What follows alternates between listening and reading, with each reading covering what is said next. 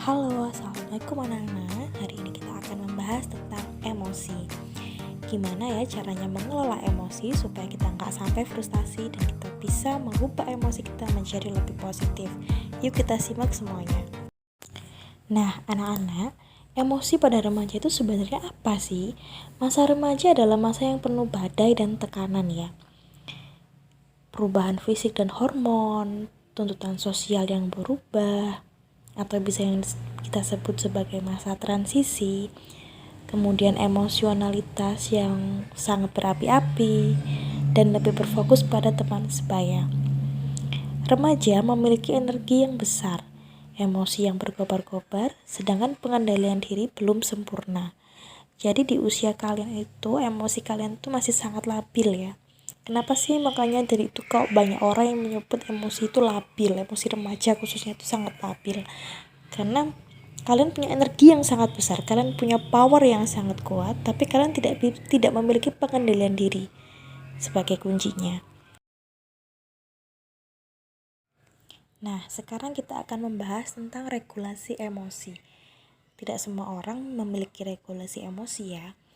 Regulasi emosi itu adalah kemampuan individu untuk mengontrol emosi dan mengekspresikannya, baik secara otomatis atau terkontrol, sadar atau tidak sadar untuk mencapai tujuan.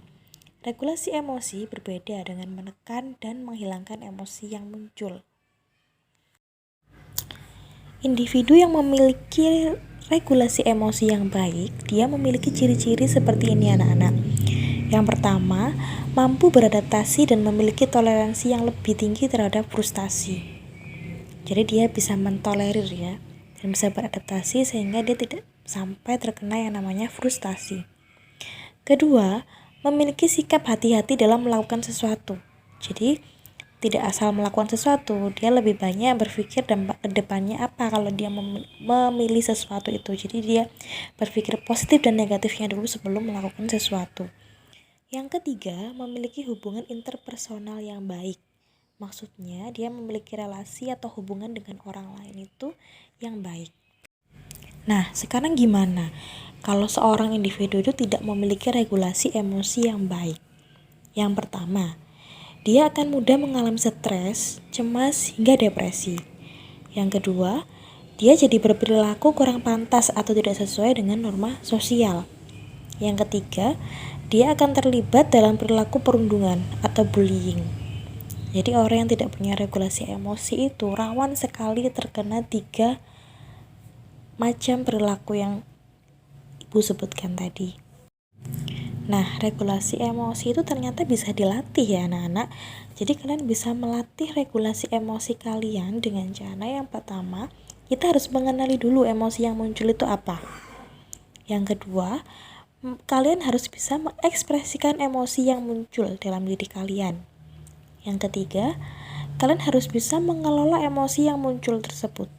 Dan yang keempat, kalian harus bisa mengubah perilaku yang muncul menjadi lebih adaptif.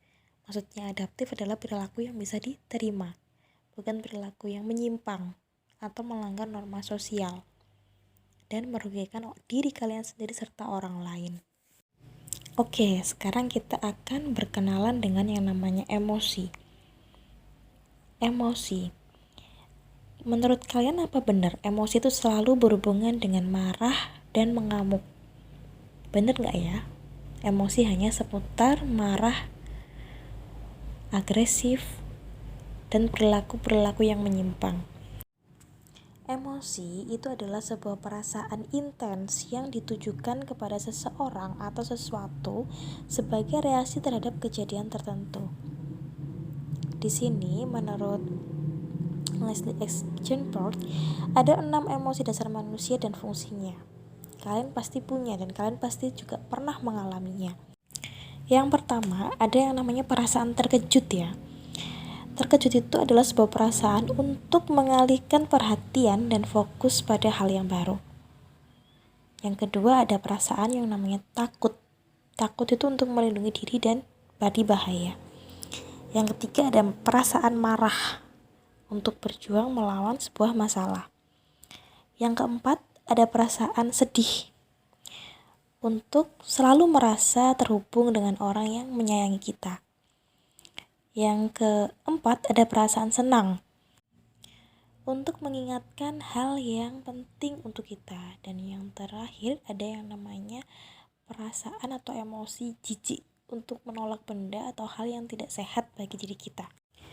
Nah, ini ada macam-macam perilaku atau tanggapan ya dari kalian yang ketika emosi tertentu itu muncul, banyak sekali perbuatan kalian yang keluar atau tindakan kalian yang keluar itu ada yang salah, ada juga yang benar.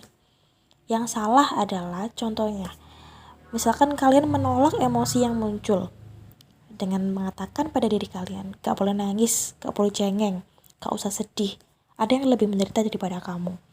Seolah menangis itu adalah sesuatu yang haram, sesuatu yang gak boleh kalian lakukan, walaupun sebenarnya kalian sudah gak betah dan amat-amat menderita.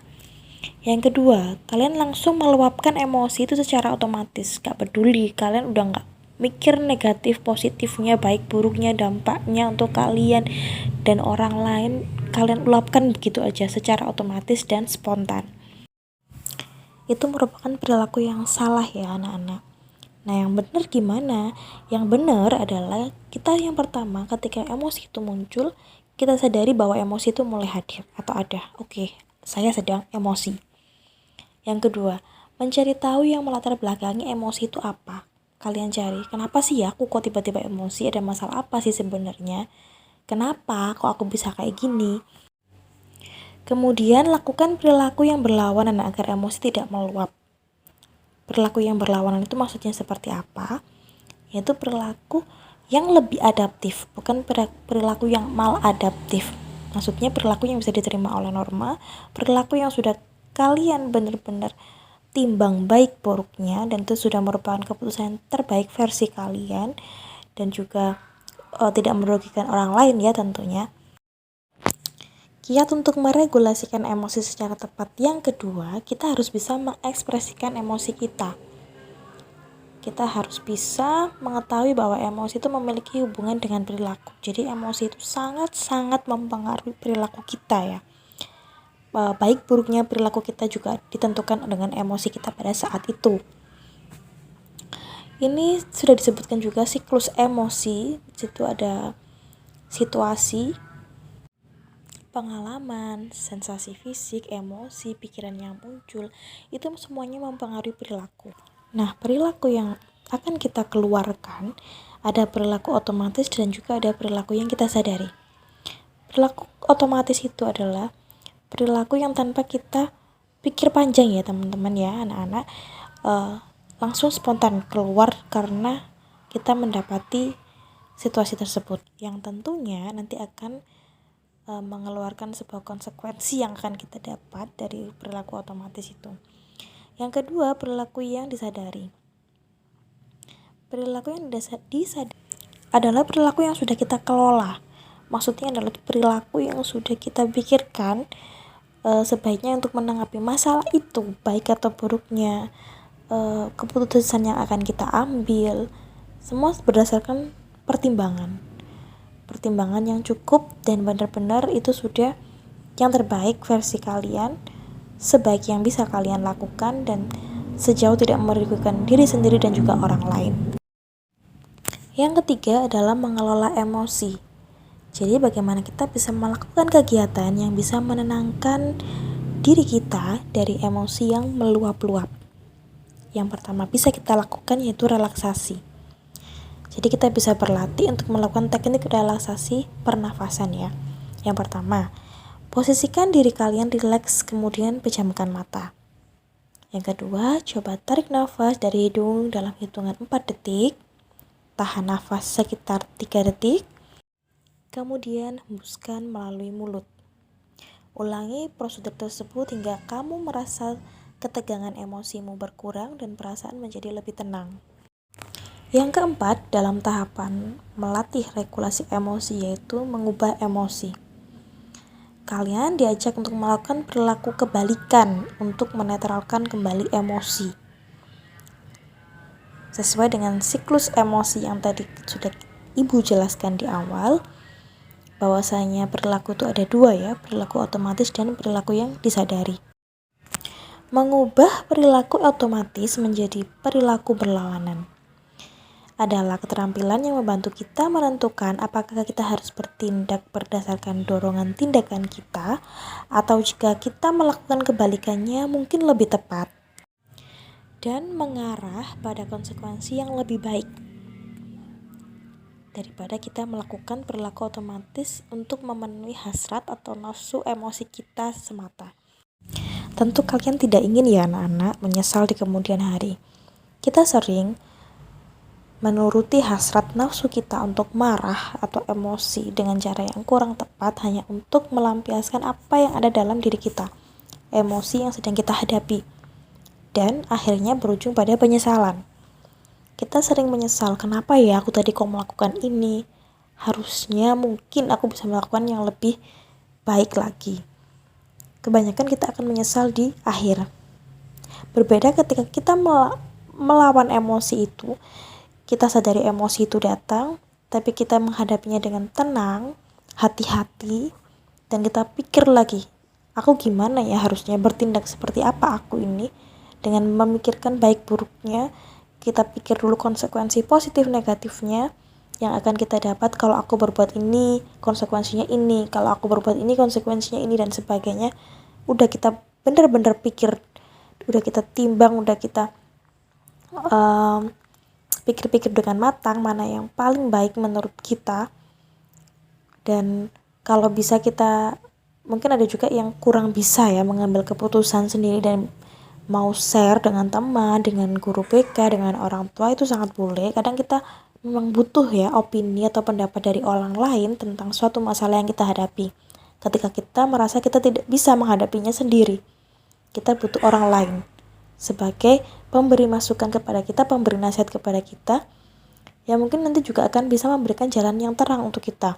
Sebaiknya kita harus melakukan yang seperti apa. Mari kita berkenalan dengan emosi melalui warna. Emosi melalui warna itu dibagi menjadi 4 ya anak-anak. Ada zona biru, hijau, kuning, dan merah. Zona biru itu adalah zona frustasi, bosan, lelah, penat. Zona hijau merupakan zona tenang, senang, fokus, puas, dan dalam kendali. Kalau zona kuning, zona sedih, heboh, gelisah, gugup, dan hiperaktif. Sedangkan zona merah merupakan zona marah, panik, takut, ingin berteriak, dan tidak terkendali.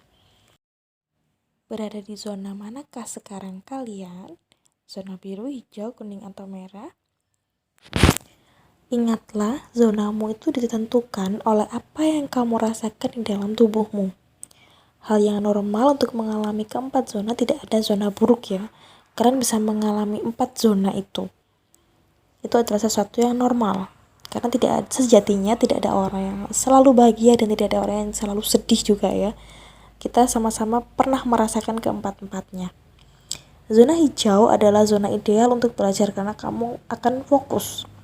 Ketika kamu berada di zona merah, biru, atau kuning, kemungkinan besar untuk belajar dan bisa fokus itu akan semakin kurang. Jadi gimana kamu bisa meregulasi emosimu dengan tepat ketika kamu sedang mengalami kekecewaan, kemarahan, kesedihan, dan emosi-emosi yang kurang menguntungkan lainnya, bisa kamu kemas menjadi emosi yang lebih positif dan bisa kamu selesaikan masalah itu dengan lebih tepat dan cepat. Semakin cepat pula kamu belajar dengan semakin baik. Karena emosi yang tidak menyenangkan itu dalam 3 zona yang kurang menyenangkan tadi itu bisa kamu lalui. Sehingga kamu bisa kembali belajar dengan fokus lagi. Seseorang yang tidak bisa mengatur emosinya atau meregulasi emosinya dengan baik, pasti dia akan kesulitan dalam bidang belajarnya. Karena dia tidak bisa menyelesaikan satu tugasnya, yaitu untuk mengembalikan emosinya menjadi lebih positif kembali, lebih fokus, lebih semangat, dan lebih termotivasi lagi dalam belajar.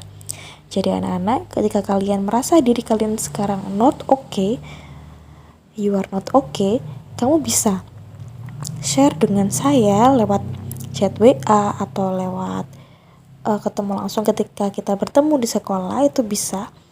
Ketika kamu kesulitan untuk meregulasi emosimu sendiri, mungkin kamu butuh bantuan orang lain. Jangan sungkan-sungkan, kamu harus bisa berbagi masalahmu untuk mendapatkan pemecahan yang lebih tepat. Tetap semangat anak-anakku. Bertemu lagi di video saya sebelum selanjutnya. Jangan lupa like, comment, share, dan subscribe. Terima kasih. Wassalamualaikum.